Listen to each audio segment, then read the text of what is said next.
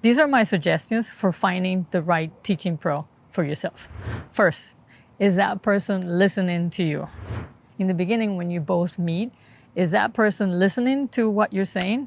Is that person taking into consideration your build, the things that you can or cannot do at that moment? Is that person listening to what you want to do, not necessarily what that person wants you to do? Because ultimately, the reason why you play tennis is because you want to have fun. So that person needs to be learning about what you consider fun and adding to it. My second suggestion is that person giving you a long-term plan?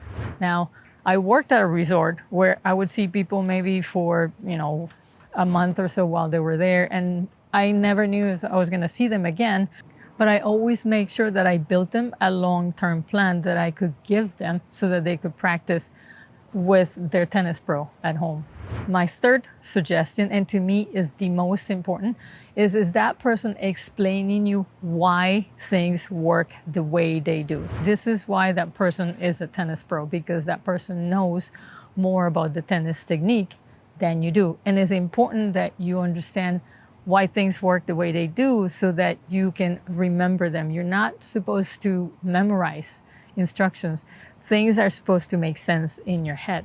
So if you know why things work the way they do, and if you know why that person is wanting you to do that change, then there's going to be more of a conversation and an agreement between the two of you. I'll give you a quick example. In that resort where I worked, there was an old lady that was taking a lesson with one of my pros, and she came back after the lesson and was completely upset because this pro wanted her to learn topspin, and all she could do was slice, and all she wanted to do was have a good time on the court and feel like, consistency, rallying. That was her reason to be on the court. And so that's part of listening. So if that person is not really listening to what you want to do and what you can do at the moment, then maybe that's not the person for you. The next thing is that person giving you homework? And homework is a way for you to keep things fresh in your mind.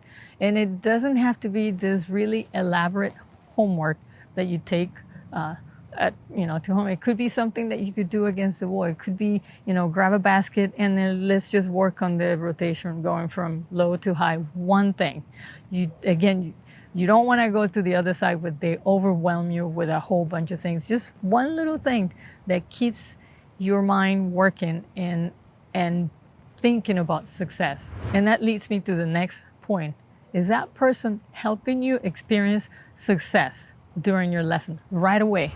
There has to be something that you do, that you accomplish in that lesson, that makes you feel like, oh my God, there was a change. I did it. That's why I believe that rallying with a student is one of the most important things you want to do, because you find success right away. It makes things real. And that also ties in with my next point, consistency. Is that person helping you build consistency? And in my opinion, the best way to build consistency is rallying, is not feeding balls. Yeah, you need to have some balls fed in the beginning, especially when you're learning something completely new and you don't want to be overwhelmed with thinking and then having to get the ball over the net. At that point, it's good to feed. But when you're working on something, when you've already gotten that knowledge, it's super important that you rally with that person. And the last thing is that person using video during your lesson. It's not very difficult to do that. I do it all the time with my students. I will grab the phone with my left hand. I will grab a ball with my right hand and I will feed it. And meanwhile, I'm videotaping my student. And I know a lot of people don't like to see themselves on video, but the reaction that I get 99% of the time is like, oh my God, I didn't know I was doing that.